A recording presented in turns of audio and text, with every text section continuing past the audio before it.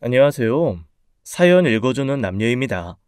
오늘도 와주셔서 감사드리며 오늘의 사연 시작하겠습니다. 여러분은 사주를 얼마나 믿으시나요? 아니, 자신의 사주에 대해 정확히 알고 있다고 확신하시나요? 전 지금까지 살면서 제 사주에 대해 그리 관심이 없었어요. 어릴 적 학교 다니면서 타로 카페나 사주 카페 정도에 간 게 전부였죠. 혹여나 그런 곳에서 안 좋은 소리를 듣는다고 해도 귀담아 듣지 않았고요. 사실 그렇잖아요. 그들이 말하는 게 내 운명을 얼마나 좌지우지하겠어요. 전 늘 그게 옳다라고 생각하며 살아왔죠. 그 남자를 만나기 전까지만 해도 말이죠. 전 남편이라고도 말하기 싫은 그 남자는 사주라면 환장하는 사람이었어요. 저와 그 사람은 소개팅으로 만나게 됐죠. 주선자는 아는 언니였는데 남자에 대한 평이 좋더라고요. 일단 만나봐. 성격도 외모도 학교도 뭐 하나 빠지는 게 없어. 그리고 너랑 딱일 것 같아. 너 이 남자 놓치면 무조건 후회한다. 평소라면 이렇게 후하게 말할 언니가 아니었는데 말이죠. 상대방의 아버지도 제가 만날 남자도 사업을 하는데 집안도 괜찮다고 하더라고요. 당시 전 30살이어서 결혼에 대한 마음이 급했거든요. 지금 생각하면 한없이 어리지만 왜 앞자리가 바뀌면 괜히 조바심이 들곤 하잖아요. 그때 제가 그랬죠. 그래서 소개팅도 많이 나가고 할 때였어요. 집안도 성격도 다 좋다고 하니 나쁠 게 없었죠. 근데 하나 이상한 게 있더라고요. 혜진아, 네 생일이 언제더라? 3월 언제였지? 나 갑자기 기억이 안 나네. 내 생일? 그건 왜? 아, 너 소개팅하기로 한 오빠가 물어보길래. 뭐야, 아직 얼굴도 안 봤는데 벌써 생일 챙기려고 하는 거야? 내 사진이 그렇게 마음에 들었나? 아니, 그게 아니라 어차피 태어난 시간까지 말해줘야 하니까 에라이 모르겠다. 너 만나서는 티내지 마라. 그 오빠 집안이 사업한다고 했잖아. 그래서 그런지 사주 이런 걸 엄청 따지는 것 같더라고. 근데 그 집이 사주 따지는 거랑 나랑 무슨 상관이야? 뭐긴 뭐야. 그래서 너 만나기 전에 네 생년월일씩 궁금하니까 미리 알려달라고 하는 거잖아. 만나기도 전에 생일도 아니고 심지어 태어난 시간까지 알려달라고 하는 게 좀 의아하긴 했지만 좀 유별나구나 생각하고 그냥 넘겼어요. 뭐 종교의 자유가 있는 것처럼 그런 것도 그렇게 접근하면 그럴 수 있잖아요. 요즘 애들은 만나기 전에 MBTI 물어본다고 하던데 그런 거라고 생각하고 대수롭지 않게 넘겼죠. 뭐 사람마다 중요하게 생각하는 게 다 다를 수 있으니까요. 그리고 대망의 소개팅 날이 됐죠. 주선자 언니가 괜찮다고 했던 그 상대방 남자는 제 생각보다 더 괜찮더라고요. 아니, 기대 이상으로 더 마음에 들었어요. 그쪽도 저와 같은 생각인 것 같았고요. 아우, 혜지씨, 진짜 미인이시네요. 우리 궁합도 안 본다는 4살 차이인 거 알죠? 첫 만남에 이런 말 좀 섣부를 수 있지만 우리 결혼 전제로 만나보면 어때요? 글쎄요. 그건 생각 좀 해봐야 할 것 같은데. 그런데 저도 승민 씨 첫인상은 마음에 들어요. 앞으로 더 마음에 들 거예요. 제가 장담하죠. 그리고 오늘 집에 가서 부모님께 이렇게 말씀드리세요. 평생 같이 살 남자 만난 것 같다고요. 그의 자신감 있는 태도가 나쁘지 않았어요. 아니, 그의 돌직구가 아니었다면 저도 그렇게까지 솔직하게 말하지 않았을 거예요. 보통 연애 초반에 많이들 하는 밀당 같은 건 생각도 안 하는 그 남자의 패기 넘치는 태도가 좋더라고요. 무엇보다 저랑 마찬가지로 30대 중반인 그도 빨리 안정적인 가정을 꾸리고 싶어 했고요. 그렇게 저희는 연애를 시작했어요. 만남도 순조로웠고요. 그리고 아시잖아요. 혼인의 뜻이 있는 두 남녀가 만나면 결혼에 대한 진도가 얼마나 빠른지요. 사실 저보다 그 사람은 사업을 하고 있어서 더 빨리 결혼을 하고 싶어 했죠. 오빠는 왜 첫날 보자마자 결혼 전제로 만나자고 한 거야? 나한테 첫눈에 반한 거야? 솔직히 말해? 뭐 아니면 듣기 좋게 말해줄까? 둘 다. 일단 얼굴이 내 스타일이었어. 말하는 것도 그렇고. 사진보다 훨씬 예쁘더라고. 그럼 솔직히는? 미영이가 우리 만나기 전에 자기 생년월일 물어봤었잖아. 우리 어머니가 너랑 나랑 궁합 보셨거든. 근데 둘이 너무 잘 맞는다고 무조건 만나라고 하셨어. 뭐야, 그걸 왜 이제 말해? 진작 말하지. 너무 좋네.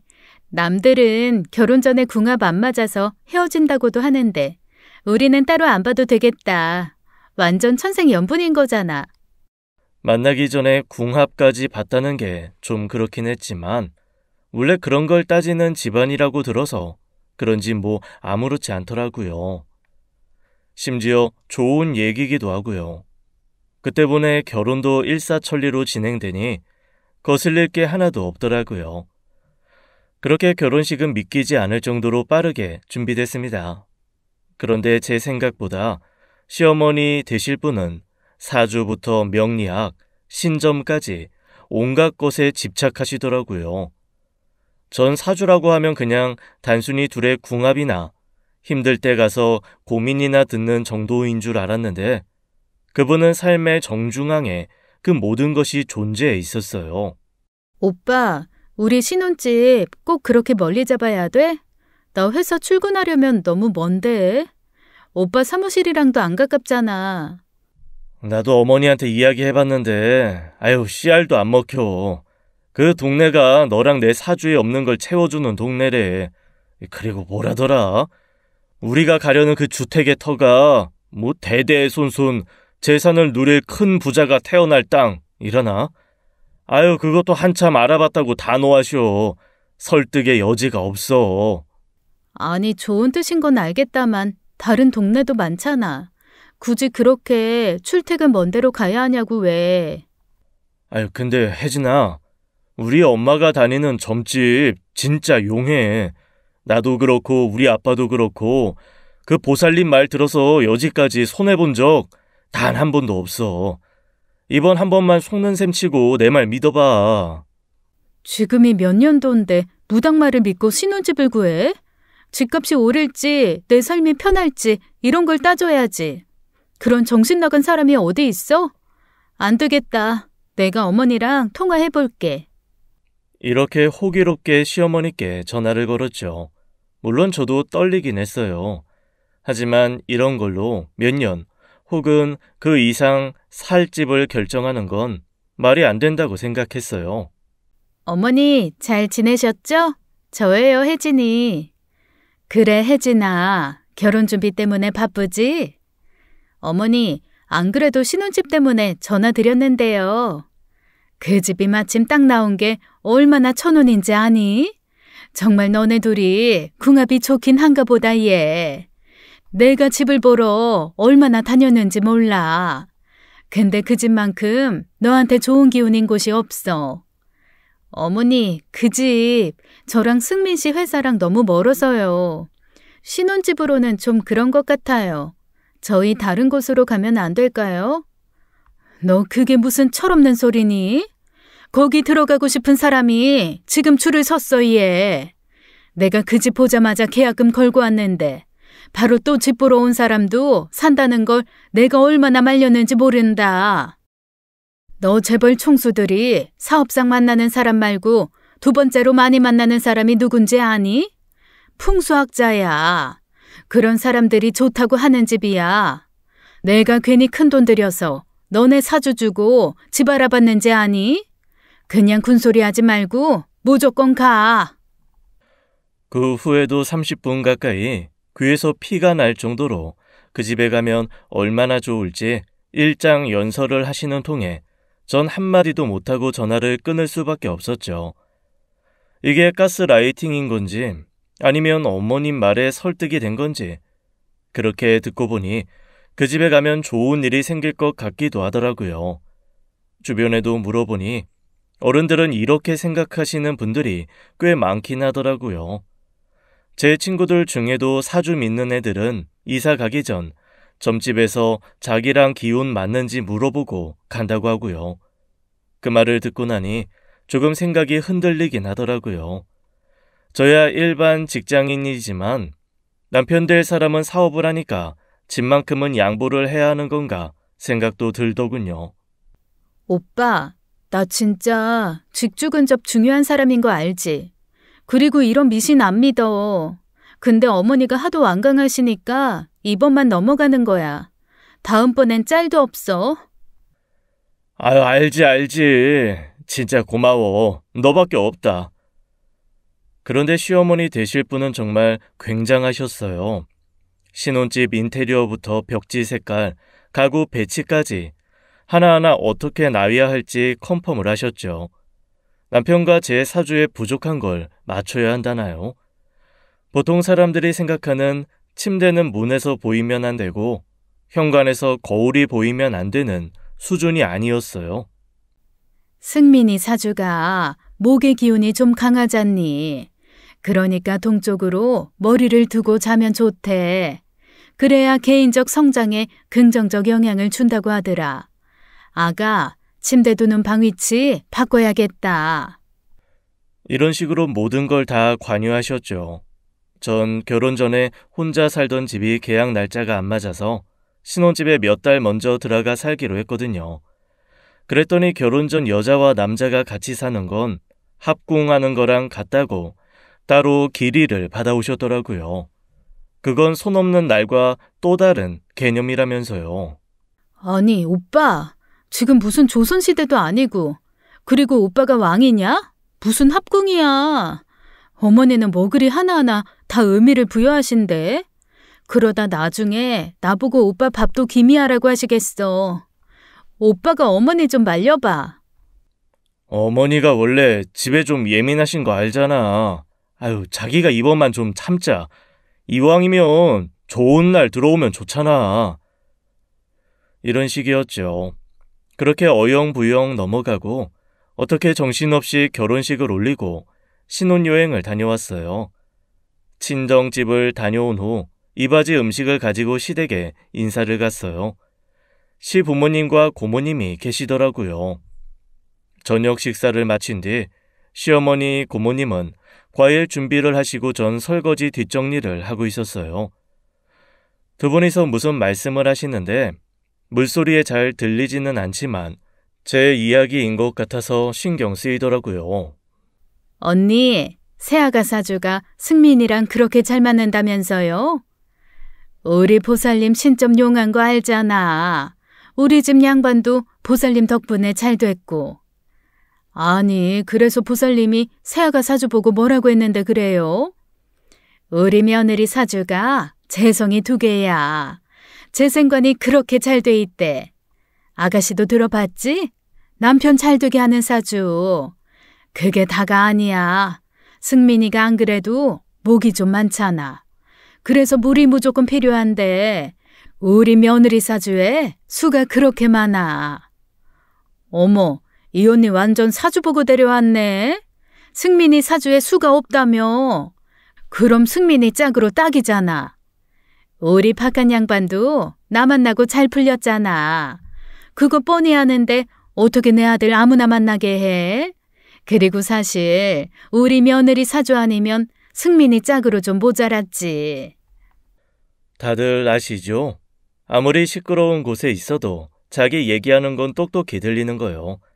설거지하느라 물을 그렇게 세게 틀어놨는데도 전 선명히 들었답니다. 너무 어이가 없었죠. 하지만 생각해보니 그랬더라고요. 소개팅 전부터 생년월일을 물어보고 만나자마자 결혼을 전제로 만나자 한 이유가 다 제 사주 때문이었던 거죠.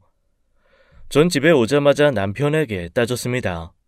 한승민 씨, 당신 나랑 결혼한 이유가 내 사주 때문이야? 나 어머니랑 고모님 얘기하는 거 다 들었어. 애정 같은 건 전혀 없었니?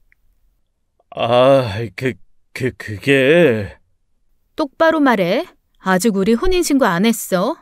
그래, 솔직히 말하면 너랑 있으면 좋다고 해서 더 끌리긴 했어. 근데 그게 잘못된 거라고는 생각은 안 했어. 처음부터 말 안 한 건 미안해. 웃기는 소리 하고 있네. 나랑 당신이랑 궁합이 좋다고만 했지. 내가 당신 사업에 도움이 된다고 해서 만난 거잖아. 아니야? 그것도 있는데 내가 하는 일이 잘 되면 내 와이프한테도 당연히 좋은 일이잖아. 사실 그렇잖아. 남편이 하는 일이 성공하면 가정이 안정되니까. 그리고 네가 몰라서 그러는 것 같은데 내 사주로 배우자가 잘 된다는 건 좋은 이야기야. 갑자기 들어서 기분 나쁜 건 이해하는데 마음 풀어. 됐어. 처음부터 이렇게 조곤조곤 이야기했으면 내가 오해 안 했을 거 아니야. 입장 바꿔서 생각해봐. 당신이라면 기분 안 나빴을 것 같아? 당연히 그렇지. 나도 이야기할까 말까 하다 너무 사주 맹신하는 것처럼 보일까 봐 안 했어. 앞으로는 안 그럴게. 이렇게까지 이야기하는데 저도 화가 조금 누그러들더라고요. 시간이 지나고 생각해보니 그리 나쁜 이야기는 아닌 것 같기도 했고요. 하지만 살면서 바로 옆에서 본 남편은 본인이 말한 것과 달랐습니다. 자신의 엄마처럼 사주에 미쳐 있지는 않지만 맹신은 하는 것 같더라고요. 그것도 생각보다 아주 많이요. 오빠, 나 예전부터 궁금했는데 휴대폰 케이스 안에 있는 그 금색 스티커는 뭐야? 이거 이쁘지? 이거 부적이야. 요즘 얼마나 스마트한 시대인 줄 알아? 예전처럼 지갑에 부적 접어다니는 시대가 아니라고. 이거 그냥 부적도 아니고 순금 부적이다. 내가 올해 대운 바뀌었잖아. 그래서 보살님이 새로 써주신 거야. 부적을 폰에 들고 다닌다고? 새로 바꾸기도 하고? 그럼, 몰랐어? 내가 대운 바뀌고 잘 풀려서 자기도 만난 거잖아. 아니다, 말 나온 김에 자기도 하나 써달라고 할까? 아니야. 아예 다음에 같이 인사드리러 가자. 보살이 우더른이야? 무슨 인사식이나 가. 당신 좀 유별나 보여. 적당히 해. 웃어 넘기는 것도 정도가 있다. 왜 오래된 가게에 보면 만사 형통이라고 붙여놓고 현관문에 액마기용으로 명태 소품을 걸어놓는 정도는 당연히 저도 애교로 봐줄 수 있죠. 근데 시시때때로 보살에게 부적을 받아오는 사람이 흔할까요? 새 사람이 들어왔다고 보살에게 인사를 가자는 것도 그렇고요. 뭔가 싸한 느낌이 뇌리를 스쳤죠.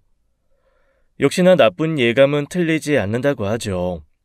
이 또한 미신일 수 있겠지만 전 이 감은 꽤나 잘 맞는 편이거든요. 저희 시어머니의 점사랑은 집착 그 이상이었습니다. 여보세요? 아가, 너 생리 주기가 언제니? 네? 어머니 그건 갑자기 왜? 내가 지금 선생님 뵈러 왔는데 선생님이 네 생리 주기 좀 물어보라고 하시네. 선생님이요? 어머니 어디 편찮으세요? 괜찮으신 거죠? 얘는 무슨, 내가 아프긴 어디가 아파. 내 선생님이 누구겠니? 우리 보살님이지. 그나저나 너네 아이는 언제쯤 생각하고 있니? 보살님이 이번 연도 넘기지 말라고 하시는데. 어머니, 그게 무슨 말씀이세요? 저희 결혼한 지 이제 3개월이에요. 그래, 결혼했으니까 이제 슬슬 아이도 생각해야지. 그래서 내가 언제가 좋은지 선생님께 여쭤보러 온 거잖아. 이런 거 우리 집에서 걱정하는 사람 나 말고 또 누가 있니? 나 아니면 집이 안 돌아간다니까. 어쨌든 나 바쁘니까 문자로 생리 주기나 좀 보내놔라. 이만 끝낸다. 남의 이야기는 듣지 않고 자기 말만 하는 사람을 보고 독불 장군이라고 하죠. 저희 시어머니가 바로 독불 장군 딱 그 자체였어요. 제가 문자를 안 하자 몇 번이나 전화를 해서 저는 결국 보낼 수밖에 없었죠. 회사에 있는데 안 보내곤 버틸 수가 없더라고요. 생리주기 알려줘봤자 무슨 일이야 생기겠어라는 마음도 크긴 했고요. 그런데 제 생각은 오산이더라고요. 일주일 뒤 어머니는 신혼집에 온다고 하시더라고요. 같이 저녁을 먹자고요. 식사가 끝나자 그제서야 본론을 꺼내시더라고요. 자, 이제 그럼 붙여볼까? 어머니, 그게 뭐예요? 우리 선생님이 얼마나 성심성의껏 쓰셨는지 몰라. 보는 내내 나도 감동이었어. 내가 수십 년 봐왔는데 이렇게 공들여 써주시는 건 또 처음이네. 선생님 부적이면 아예 또 믿을만하지. 정말 굉장한 명필이시잖아. 부적? 우리 집에 부적을 붙인다고? 내가 새아가 네 생리 시작 딱 3일 전에 맞춰온 거잖니. 그래야 영험하다고 하셔서. 일단 방문에 하나, 침대에 3개라고 하셨는데 먼저 활동적인 기운을 주는 남쪽, 장수의 기운을 주는 북쪽, 마지막은 침대 아래. 아들, 침대 아래는 남자가 붙여야 좋다고 신신당부하셨어. 자, 네가 붙여봐. 이 꼴을 보고 있는데 진짜 환장하겠더라고요. 지금 저희 집에서 파묘 찍으세요? 이러다 여기서 구판도 버리시겠어요. 이렇게 부적 붙여서 애가 생길 거면 세상에 불임인 부부는 하나도 없게요? 얘는 왜 이렇게 발끈하고 그래? 이게 얼마짜린 줄 아니? 너 선생님 부적은 받고 싶어도 아무나 못 받는 거야, 얘. 좋은 시모 만나서 귀한 거 얻었으면 감사한 줄 알아야지. 어머니, 저 아직 이랑 자녀 계획 한 번도 얘기 안 했어요. 당신은 왜 입을 꾹 다물고 있어? 가만히 있지만 말고 뭐라고 말 좀 해. 난 사실 30대 중반이라 아이 있으면 좋을 것 같긴 한데. 뭐라고? 지금 그 얘기가 아니잖아. 무슨 상황인지 몰라? 얘는 또 왜 이렇게 언성을 높이고 그러니? 교양 없이. 알았어. 그래. 내가 좀 성급했지? 알았어. 오늘은 내 이만 돌아갈 테니까 둘이서 오붓하게 이야기 잘 해보렴. 일단 부적은 절대 떼지 말고. 그럼 좋은 밤 보내렴. 시어머니는 이러고 황급히 나가셨죠. 어머니 앞에서는 한마디도 못하는 남편이란 작자나 끝까지 하고 싶은 대로 하는 어머니나 뭐 하나 마음에 드는 게 없더라고요. 결혼한 지 3개월밖에 안 됐는데 모자가 저렇게 임신을 강요하는 집이 흔한가요? 정작 아이를 갖고 키우는 건 저인데 말이죠. 아니요, 다짜고짜 신혼집 침대에 부적을 덕지덕지 붙이는 게 말이 되냐고요. 지 엄마가 나가고 나니 남편은 제 눈치만 살살 보더라고요. 그러시겠죠. 자기도 지능이 있다면 눈치가 보였을 테죠. 물론 저도 아이에 대한 생각이 없지는 않았어요. 신혼을 오래 즐기고 싶은 마음도 없었고요. 그런데 시어머니가 이렇게 나오니 그런 생각이 다 들어가더라고요. 한동안 눈치를 보던 남편은 조심스럽게 말을 꺼내더라고요. 우리 집이 손이 좀 귀해. 그래서 어머니가 저러는 거니까 이해 좀 해줘. 그리고 자기도 알잖아. 요즘은 제왕절개할 때도 아이 좋은 사주 받게 하려고 엄마들이 먼저 가서 날 받고 그런데 너무 나쁘게만 생각하지 마. 당신 아직도 내가 뭐 때문에 기분 나쁜지 몰라? 우선순위가 바뀌었잖아. 임신은 부부가 결정하는 건데 왜 어머니가 먼저 저러시는 거냐고. 그것도 모자라 우리 침실에 부적을 붙이고. 당신 지금 나가서 길 가는 사람 잡고 물어봐. 이 꼴을 이해하는 사람이 누가 있나? 알았어. 그럼 부적 안 보이게 그 위에 다른 예쁜 스티커 붙이자. 그럼 어때? 그건 괜찮지? 근데 저 부적 진짜 비싼 거야. 구하기도 힘들고. 한 번만 넘어가자, 자기야. 이러면서 인테리어 할 때 남은 시트지랑 스티커를 가져오더라고요. 그러면서 침대 위에 붙인 부적이 안 보이게 슬쩍 가리더군요. 그렇게 몇 개월이 지났어요. 사실은 저희 친정 부모님도 나이가 많으시거든요. 그래서 저도 말은 안 했지만 아이 생각이 있었고 당연히 피임도 안 했죠. 그런데 침대에만 있으면 부적이 있다고 생각돼서일까요? 괜히 스트레스 받더라고요. 부적을 붙이고 그 후에는 전보다 남편과 있는 게 정 같지 않더라고요. 남들이 들으면 그게 무슨 소리냐 할지 모르겠지만 사람 마음이 괜히 하나 신경 쓰이면 그것만 보이고 그러잖아요. 전 그 부적이 그랬어요. 위에 다른 걸로 가려놨어도 어쨌든 안에 있는 걸 아니까 괜히 찝찝하고 뭔가 마음이 안 좋더라고요. 한날은 시어머니의 생신이었어요. 저희는 한정식 집에서 식사를 하기로 했죠. 식사 중 어머니가 역시나 아이 얘기를 하시더군요. 아가는 시금치랑 해조류 많이 먹으렴. 엽산이 많이 들어간 채소를 먹어야 임신 준비할 때 좋대. 그나저나 너네 철분은 잘 챙겨 먹고 있지? 네, 어머니. 지난번에 엄마가 준 철분이랑 엽산 잘 먹고 있어. 걱정 마요. 이 사람도 잘 먹어. 근데 결혼한 지 1년이 다 돼가는데 왜 이렇게 애가 안 생길까? 보살님이 올해 넘기지 말라고 했는데. 아, 그거 참 밥상머리에서 어련히 애들이 알아서 할까? 아니, 그렇잖아요. 내가 언제 틀린 소리 하는 거 봤어요? 승민이 너 내가 좋다고 하는 날짜는 잘 지키고 있는 거 맞지? 아이, 엄마. 그거 혜진이 모르는데 말하면 어떡해. 그게 무슨 소리야? 당신 혹시 내 배란일 맞춰서 어머니한테 날짜 받았어? 그래, 내가 임신하기 길한 날짜 보살님한테 받아서 합궁일 알려줬다. 임신 준비할 때 남자도 여자도 못 만들어서 하는데 이왕이면 날짜도 좋은 날에 하면 좋잖니. 어머니, 부부관계는 사적인 건데 그런 걸 어머니가 왜 관여하세요? 저희가 알아서 한다고 말씀드렸잖아요.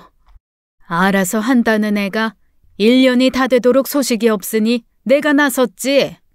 진작 알아서 했으면 내가 이렇게 했겠어? 이런 나도 피곤해. 네 사주에 물이 많은 게 승민이한테 좋다고 했는데 하긴 원래 여자 사주에 물이 많으면 좀 밝힌다고 하긴 해. 혜진이 너 혹시 다른 남자 만나고 그러진 않지? 어머니, 지금 그게 무슨 말씀이세요? 할 소리가 있고 못할 말이 있죠. 지금 절 뭘로 보시는 거예요? 그것도 며느리한테 딴 남자가 있냐는 말을 어떻게 하세요?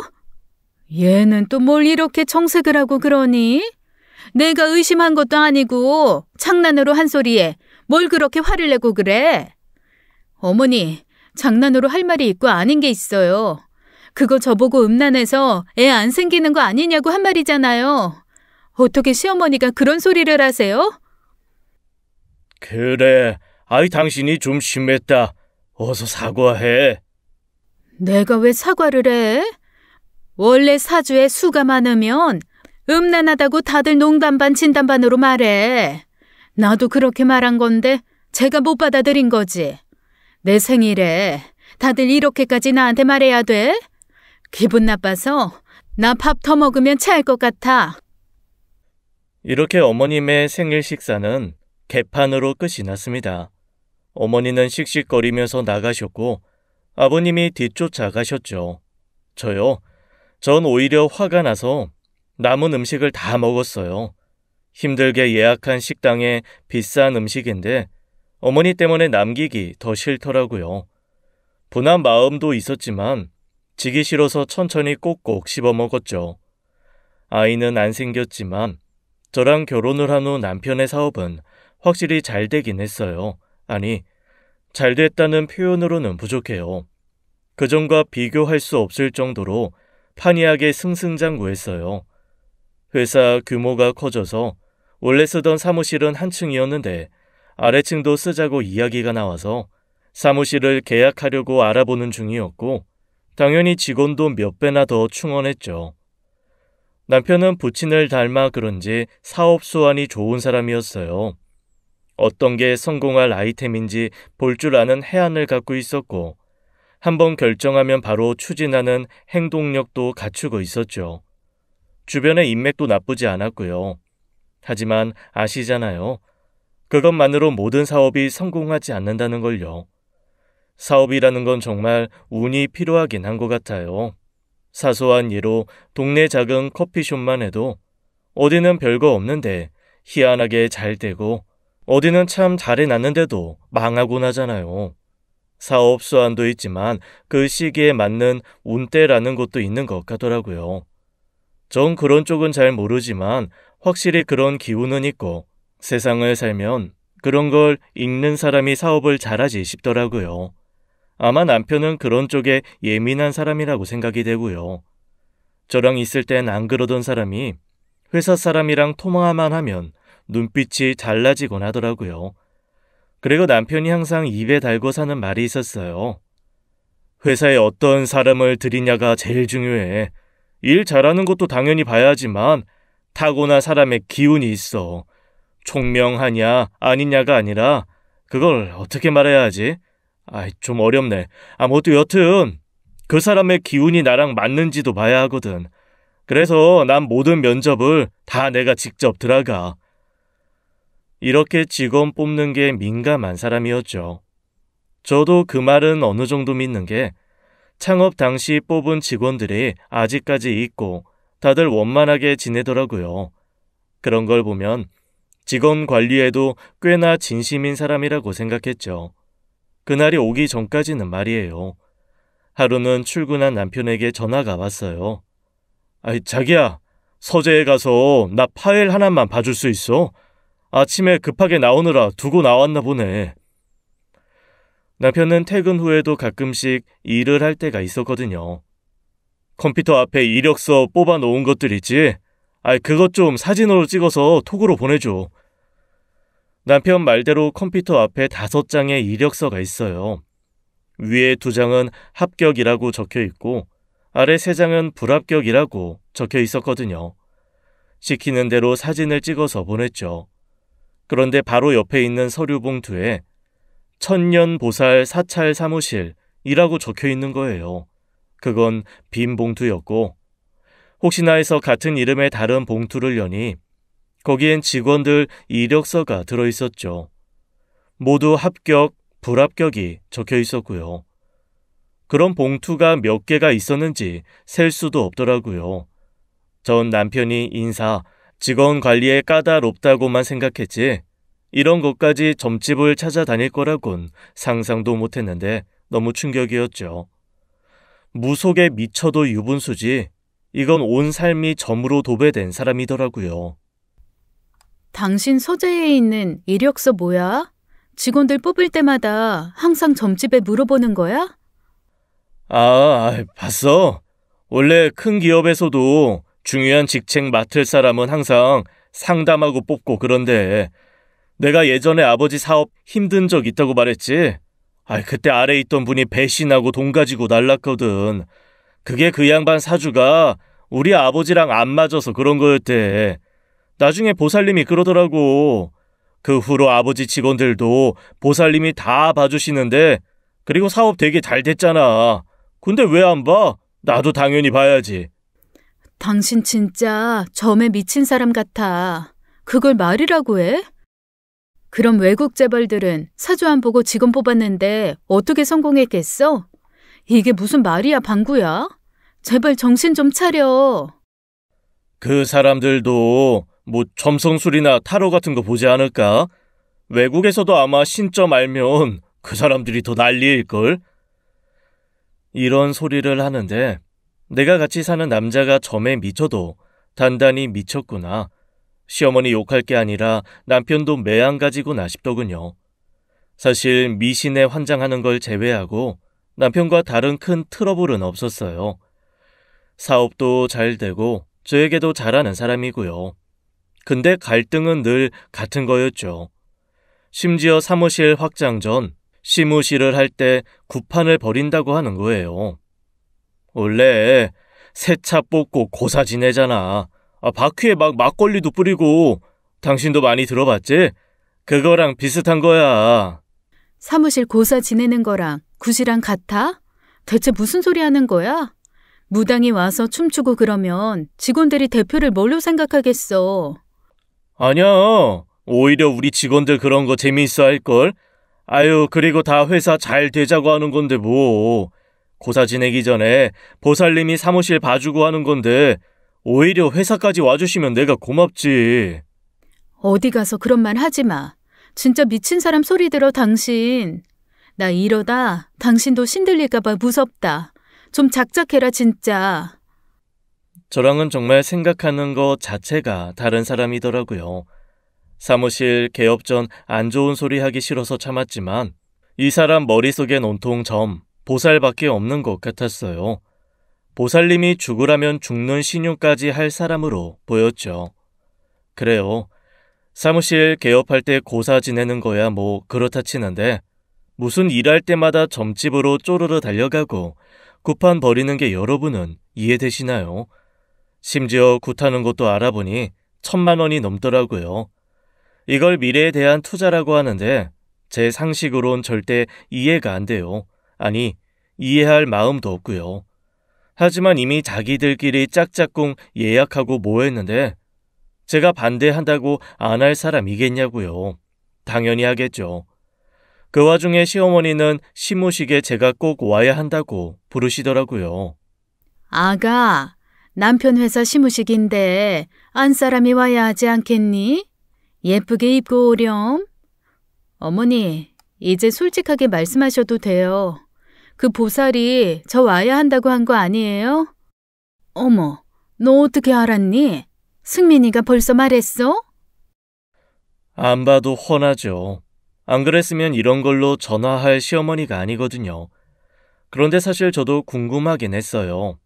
그 보살이란 사람이 대체 어떻게 생겨 먹었길래 이렇게 우리 집을 쥐락펴락하고 구워 삶았는지, 결국 저까지 휘말리게 하는지요.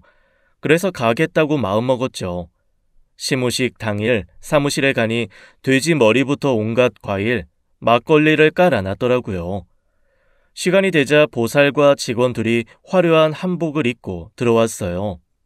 어머니는 전에 본 적 없는 해사한 미소를 지으며 무당에게 굽신거리는데 제가 직원들 보기가 민망할 정도였죠. 무당과 함께 온 직원이 바닥에 황금빛 천을 깔고 5만 원 건으로 길을 만들자 보살은 환복을 하고 나오더라고요. 굿하는 걸 직관하는 건 난생 처음이라 그저 경이로웠죠.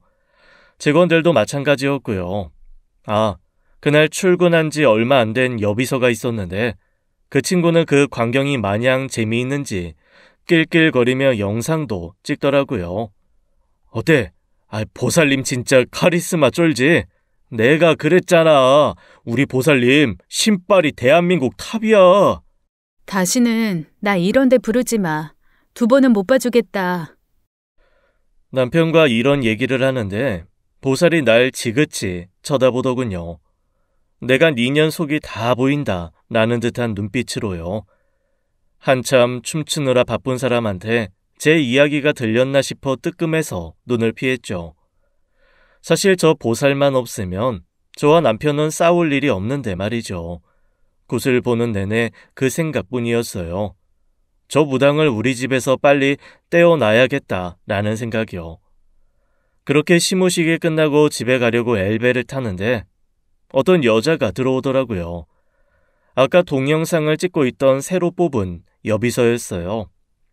서로 눈인사를 하고 엘리베이터에 있는데 그 비서에게 전화가 오더라고요. 그런데 그녀의 휴대폰에도 남편과 같은 금부적이 붙어있지 뭐예요.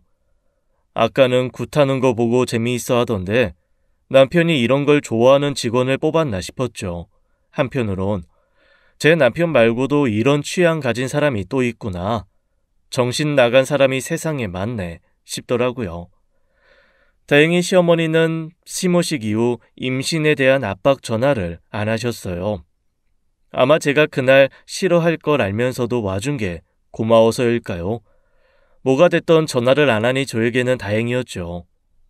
1,000만 원이 넘는 돈을 들여서 구술한 남편이 마음에는 안 들었지만 그래도 이 정도면 소기의 성과를 얻었다 싶더라고요. 남편은 사무실 개업을 하고 직원을 더 뽑기로 하고 일도 많아지고 다방면으로 바빠졌어요. 당연히 그랬겠죠. 사업이 몇 배나 커지니 챙길 게 많아질 수밖에요. 그런데 그 와중에도 천년보살인지 처녀보살인지 그 무당은 계속 만나러 가더라고요. 당신, 이제 그 무당 좀 제발 그만 만나. 내가 옆에서 계속 보니까 이건 종교에 미친 사람보다 더한 것 같아. 또 그 소리 한다. 자기랑 결혼하고 나 사업 잘 되고 보살님이 빌어주고 새로운 계약도 따려고 하는 거 다 알면서 그래? 이젠 자기도 선입견 버리고 좀 믿어. 그것도 적당히 해야 말이지. 당신 진짜 온통 점에 미친 사람 같아. 딱 3년만 내 말대로 해봐. 그럼 진짜 안 믿을래 안 믿을 수가 없다니까. 이분 온갖 정재계 방송 엔터 쪽 사람도 다 찾아. 그날 보살님 봐서 알잖아. 카리스마 쩌는 거. 남편은 제 말을 들을 눈빛이 아니었어요. 왜 뉴스에 보면 이상한 종교에 빠진 광신도들이 보이는 눈빛 있잖아요. 남편이 그렇게 보였죠. 점점 이 남자랑 같이 사는 게 맞나 의심이 들 정도였어요. 그러던 중 하루는 남편의 카톡이 궁금하더라고요. 저렇게 신점에 빠져 사는 사람인데 요즘은 저한테 너무 조용한 게 이상하니까요. 남편이 자는 틈을 타 휴대폰을 열어봤어요. 역시나 평소에도 무슨 오늘의 운세처럼 뭘 조심해야 할지, 어디 투자하면 좋을지, 조심할 것부터 좋은 것 등 하나하나 세세하게 알려주더라고요. 개인 비서처럼요. 그런데 대화창을 보다가 이상한 걸 발견했어요. 이번 달에 좋은 합궁일이 적혀 있더라고요. 분명 남편은 얼마 전에 저에게 이번 달은 일 때문에 바쁘기도 하고 보살님도 당분간은 애 안 갖는 게 좋다셨어. 그동안 우리 체력 좀 길러놓자. 라고 했거든요. 마침 점집 다녀온 뒤 저런 이야기를 하길래 전 옳았구나 했죠. 그런데 합궁일이라뇨.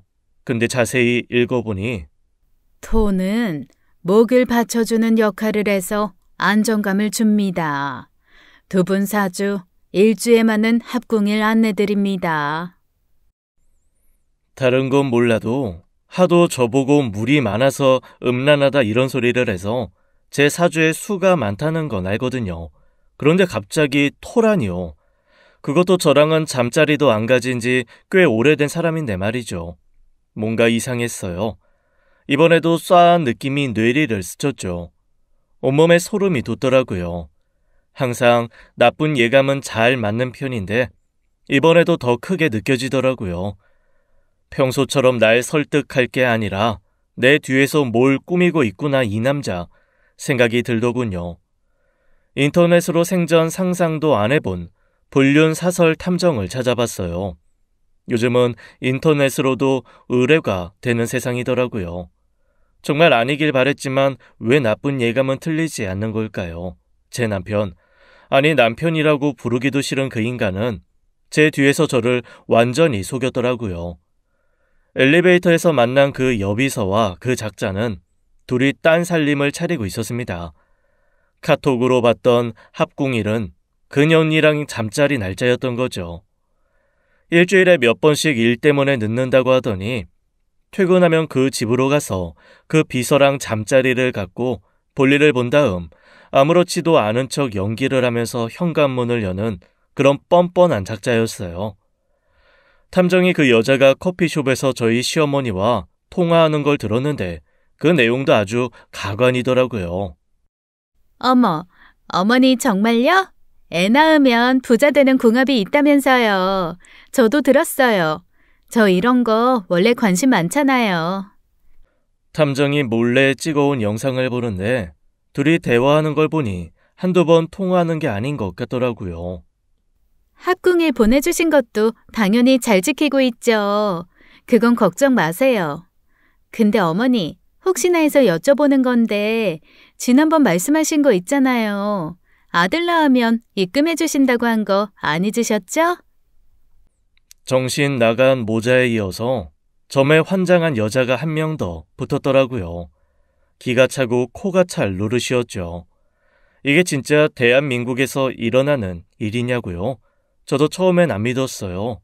그런데 어떻게 안 믿겠어요. 이렇게 영상으로 똑똑히 찍혀 있는데요. 제가 애가 안 생기니 아예 밖에서 현대판 씨바지를 둔 거죠. 저희 시어머니가 뭘 못할 사람이겠냐고요. 보살이 시키면 죽는 신욕 그 이상도 할 사람이죠. 안 봐도 훤해요. 그리고 남편도 처음에는 조금 머뭇거리다가 금세 알았다고 했겠죠. 그 영상을 보고 이제 알겠더라고요. 결혼 전 시어머니가 저희 부부에 맞는 동네로 갈 때부터, 아니 소개팅할 때 제 생년월일을 물어볼 때부터 이 길을 선택했으면 안 된다는 걸요. 계속 비상식적인 행동을 하는 사람들인데 제가 너무 그럴 수 있겠구나 받아줬다는 걸 뒤늦게 깨달았던 거죠. 그 인간이 두 집 살림을 한다는 걸 알고 난 그날 새벽 남편의 휴대폰 계좌 이체 내역을 확인해봤어요.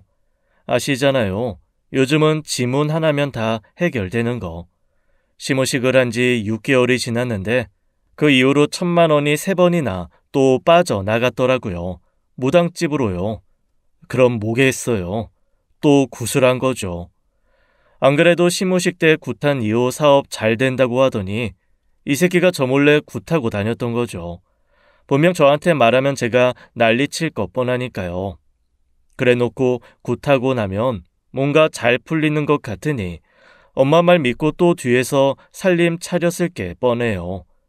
마마보이도 이런 마마보이가 없거든요. 이 남자랑 어떻게 앞으로 같이 살겠어요? 저요? 미련 같은 건 1도 없어요. 뒤도 안 돌아보고 갈라설 거예요. 그런데 하나 해야 할 건 있더라고요. 저 속이고 제 뒤에서 딴 살림 차리고 바람핀 거, 이건 며칠 밤이 지나도 용서가 안 되더라고요. 신점이요? 그거야 뭐 지들 사정이죠. 하나님을 믿던 부처님을 믿던 천년보살을 믿던 제가 알 바 아니니까요. 근데 뒤에서 바람을 핀 건 아무리 생각해도 너무 괘씸하더라고요. 그들도 제가 받은 상처 그대로 돌려줘야죠. 왜 저만 그들 손에 놀아나야 하나요? 저만 바보처럼 당할 순 없잖아요. 복수할 방법이요? 그건 뻔하죠. 이 일의 전말이 시작된 곳으로 향했어요. 그 천년보살인지 처녀보살인지 있는 곳이요. 시무식에서 본 적이 있으니 혹시나 얼굴을 알아볼까 안경에 마스크를 끼고 갔죠. 그리고 모르는 척 앉아서 제 사주를 줬어요. 그랬더니 보자 보자, 자 온다. 자기는 거지도 왕으로 만드는 사주인데 여기는 왜 왔어? 자식도 남편은도 다 좋아. 살면서 그게 고민할 게 없네. 이러더라고요. 그 말을 듣고 마스크랑 안경을 슬쩍 내렸는데도 저를 아예 못 알아보더군요. 이런 무속인 때문에 내가 그렇게 휘둘린 건가 싶더라고요. 아마 제 사주를 봐도 수천 번은 봤을 거라고 생각했는데 아예 기억도 못하는 것 같았어요. 제 사주도 얼굴도요. 아유 그래. 안경이랑 마스크로 가리고 있어서 답답했잖아. 관상도 좋구만 뭘 그래. 근데 자기는 뭐가 고민이라서 왔어? 궁금한 게 대체 뭐야? 그런 건 보살님이 맞춰야 하는 거 아니에요? 네가 궁금한 걸 내가 어떻게 맞춰?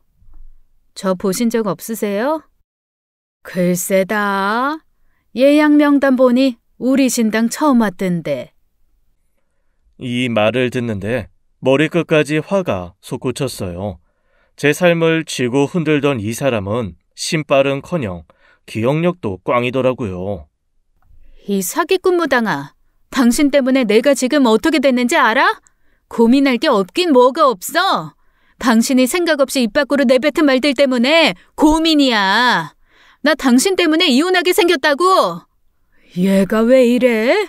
신당 처음 왔다면서 원래 날 알아? 진짜 이래놓고 신발은 무슨. 당신 최순자 몰라? 내가 그 집 며느리야. 한승민 와이프라고. 나 본 적 없긴 뭘 없어 이 사기꾼아. 그 말을 하자 여지껏 신들린 연기를 하던 무당은 순하게 말투를 바꾸더군요. 꼴에 인간이라고 양심은 있는지 말이죠. 자식이랑 남편 운이 좋다고? 그런데 내 남편한테 다른 여자랑 아이를 가지라고 해? 당신 그게 인간으로 할 소리야? 그거 민사소송도 들어갈 수 있는 거 알지? 그게, 우물쭈물하는 꼴을 보니 더 혈압이 오르더라고요. 남편 서자에서 가져온 직원들 이력서를 보여주며 회사 인사에도 관여한 거 다 알고 왔어. 당신 지금 나한테 잘못 걸렸어. 민사 말고 이거 형사도 들어갈 수 있어. 나 다 알아보고 온 거야. 빠져나갈 생각하지 마. 죄송합니다. 한 번만 봐주세요. 제가 그런 게 직업이에요. 원래 직원들 뽑을 때 사주 보는 사람들도 많아요. 저도 이렇게까지 할 생각은 아니었어요. 차라리 계속 뻔뻔하게 나오지 이렇게 바짝 길 줄은 저도 몰랐죠. 당신 때문에 내 인생이 다 망했어. 시작도 당신이 했으니까 끝도 당신이 책임져. 제가 직원들 이력서를 증거로 보여주고 소송까지 이야기하니 보살은 빠져나갈 구멍이 없다고 여겼나 보죠. 소송과 신고를 안 하는 대가로 전 다른 걸 요구했어요. 그 점집 문턱이 닳도록 드나드는 모자에게 제가 원하는 말을 해달라고요. 그건 좀 곤란한데 내가 그래도 여사님이랑 10수년 쌓아온 관계도 있고 그런 거짓말을 하면 우리 선녀님이 노하셔. 내 인생을 망하게 한 걸로는 선녀님이 뭐라고 안 하시고? 그럼 이렇게 합시다. 내가 시키는 대로 말하면 평소 굿할 때 주는 비용의 2배를 줄게요. 그럼 어때요? 선녀님도 괜찮다고 하시겠죠? 돈에 환장한 무당은 제가 돈 얘기를 꺼내자 선녀님은 개의치 않고 바로 오케이를 하더라고요. 이런 사기꾼 때문에 제가 그토록 시달렸다니 허탈한 마음까지 들더라고요. 그렇게 며칠이 지났어요. 아니나 다를까 남편이 와서 이런 말을 하더군요. 자기야, 우리 결혼한 지 이제 3년 되어가나? 내가 결혼 선물로 우리 살고 있는 집이랑 차랑 자기 명의로 돌려주려고. 그렇지, 네 놈 속이 훤히 보인다. 이건 제가 그 무당한테 시킨 거였죠. 그래도 궁금했어요. 저한테 어디까지 거짓말을 하나? 그래서 한번 떠봤죠. 정말? 나야 너무 좋지. 근데 정말 결혼 선물 맞아? 또 보살님이 시킨 거 아니지? 아니야. 당신이 뭘 좋아할까 고민한 거야. 보살님은 무슨. 그렇게 오해하면 나 억울하다. 이제는 이 남자가 무슨 말을 해도 못 믿겠네요. 무당은 분명 집이랑 차를 와이프 이름으로 돌려야 이번에 계약하는 사업 잘 된다고 했을 텐데 그 말을 쏙 빼놓고 저를 속이네요. 이런 식이면 평소에도 저한테 무슨 거짓말을 얼마나 했을지 모르겠어요. 하긴 뒤에서 자기 비서랑 애를 낳겠다고 딴 살림을 차린 남자인데 더 이상 무슨 말이 더 필요하겠어요. 마지막이라고 일말의 희망을 갖고 물어본 제가 어리석은 거겠죠. 복수의 피날레를 장식할 날이 왔어요. 그날은 남편이 몇 주 동안 준비한 사업 계약을 하는 날이었죠. 그리고 그 자리에서 거액의 투자도 함께 이루어지고요. 한편으론 이날을 위해서 계속 달려왔다고 해도 과언이 아닐 정도로 큰 프로젝트였죠. 제가 이날을 디데이로 잡은 것도 바로 그 이유였고요. 저한테도 그만큼 중요한 프로젝트인데 저의 피날레를 장식하기에 너무 완벽한 무대잖아요. 사무실에 들어가니 손님들이 많이 오셨더라고요. 전 눈에 띄지 않게 멀리서 지켜보고 있었죠. 제가 준비한 시나리오대로 흘러가는 걸 보고 싶었으니까요. 계약 사인 전 남편 회사 소개 영상이 나올 차례였어요. 어젯밤 남편의 서재에서 제가 파일을 바꿔치기 한 건 저기 서 있는 사람은 꿈에도 모르겠죠. 파일명만 그대로 두고 영상은 제가 그대로 해놨으니까요. 그럼 그동안 저희 회사가 어떻게 성장했는지 회사의 히스토리가 담긴 짧은 영상을 준비했습니다. 자, 이제 시작이네요. 자식이랑 남편 운이 좋다고? 그런데 내 남편한테 다른 여자랑 아이를 가지라고 해? 당신 그게 인간으로서 할 소리야? 그거 민사소송도 들어갈 수 있는 거 알지? 그게... 제가 그런 게 직업이에요. 원래 직원들 뽑을 때 사주 보는 사람들도 많아요. 저도 이렇게까지 할 생각은 아니었어요. 영상이 나오자 남편부터 직원들, 계약을 하러 온 회사 직원부터 어안이 벙벙해서 남편을 쳐다보더라고요. 당연히 비서도 아연 질색해서 남편만 보고 있고요. 내가 너라고 가만둘 것 같니, 요년아? 어머, 어머니 정말요? 애 낳으면 부자 되는 궁합이 있다면서요. 합궁일 보내주신 것도 당연히 잘 지키고 있죠. 근데 어머니, 아들 낳으면 입금해 주신다고 한 거 안 해주셨죠? 이제는 모든 사람들이 여비서를 쳐다보더라고요. 저거 최 비서잖아. 아이, 그럼 아까 대표님이 다른 여자랑 아이 가진다는 게 최 비서야? 안 그래도 최 비서도 전 보는 거 좋아한다면서. 아유, 너무 망측하다. 이게 무슨 소리래? 전 아니에요. 대표님이 제 사주랑 잘 맞는다고 먼저 돈 줄 테니까 같이 있자고 하셨어요. 제 잘못 아니에요. 최 비서, 무슨 말을 그렇게 해? 최 비서도 좋다고 했잖아. 서로 탓을 하는데 그게 또 장관이더라고요. 몸 묻은 게 몸 묻은 탓한다고 누가 누굴 탓하는지. 마지막 영상에 남편 서재에 있는 직원들 이력서 사진이 있었죠. 보살집에서 사주를 보고 합격, 불합격 시킨 그 서류 말이에요. 뭐야? 우리 입사 전에도 다 개인정보를 저 점집에 넘긴 거야? 아이, 그러고 보니까 우리 시무식 때 왔던 무당이네? 이거 개인정보 유출 아니에요? 평소 대표하는 거 정말 과하다 싶었는데 이건 선 넘었지. 옆에서 비서와 직원들의 이야기를 듣고 있던 투자자는 말없이 일어나더군요. 물론 계약을 하러 온 타회사 대표와 함께요. 대표님, 이거 오해입니다. 제 말 좀 들어보세요. 한 사장, 나 이렇게 미신 믿는 사람한테 내 돈 투자 못합니다. 다시는 나한테 연락하지 말아요. 내가 당신 휴대폰에 부적 들고 다닐 때부터 쎄하긴 했는데 이 정도일 줄 몰랐네. 아, 우리 계약 없던 걸로 하지. 남편이 바짓가랑이를 잡다시피 매달렸지만 그들은 뒤도 안 돌아보고 나갔죠. 그럼요. 정상적인 사람이라면 그게 맞는 행동이죠. 그동안 제가 눈에 뭐가 씌었던 걸 테고요. 남편 회사 직원들은 그날 본 영상의 공분을 느껴 대부분 다 퇴사하고 창립 멤버였던 부대표가 고소도 한 걸로 알아요. 그랬겠죠. 저보다 오래 알고 형제처럼 지냈던 사이인데 배신감을 느꼈겠죠. 직장인들이 많이 하는 커뮤니티에 한동안 크게 이슈가 됐고요. 점에 미친 대표로요. 아마 앞으로 본인 이름으로는 사업은 불가능하지 싶어요. 저도 당연히 갈라섰죠. 그 남자가 알아서 제 명의로 돌려준 집이랑 자동차도 가져왔고 위자료도 제대로 받아왔어요. 제가 그동안 받은 스트레스에 비하면 이 정도는 턱없이 부족하죠. 아, 그 무당이 말한 것 중에 제대로 맞춘 게 2개가 있긴 했네요. 이 집이 큰 부자가 살 땅이라고 했거든요. 이혼하고 집값이 몇 배나 올라서 큰 부자가 되긴 했어요. 2번째는 그 덕에 고민 없이 살 수 있게 됐고요.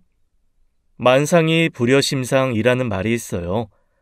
타고난 관상이 제 아무리 좋아도 품고 있는 마음의 상, 즉 심상에는 결국 미치지 못한다는 뜻이죠. 사주는 신상보다 못하고 신상은 심상보다 못하다고 하는데 왜 그들은 저렇게 사주에 그렇게 얽매였을까요? 물론 살다 보면 때로는 자신의 운명이 궁금할 수는 있어요. 누군가 그것을 답하고 도와주길 바랄 수도 있고요. 하지만 해답은 언제나 자신의 마음에 있지 절대 다른 곳에서 찾을 수 없다는 걸 저 역시 이제야 알게 됐네요. 몇 년간 이렇게 힘든 일을 겪으면서 말이죠. 현명한 여러분은 저처럼 어리석은 선택을 안 하시길 바라겠습니다. 지금까지 사연 읽어주는 남녀였습니다. 끝까지 함께 해주신 여러분 감사드리며 저희는 다음 사연으로 돌아올게요. 감사합니다.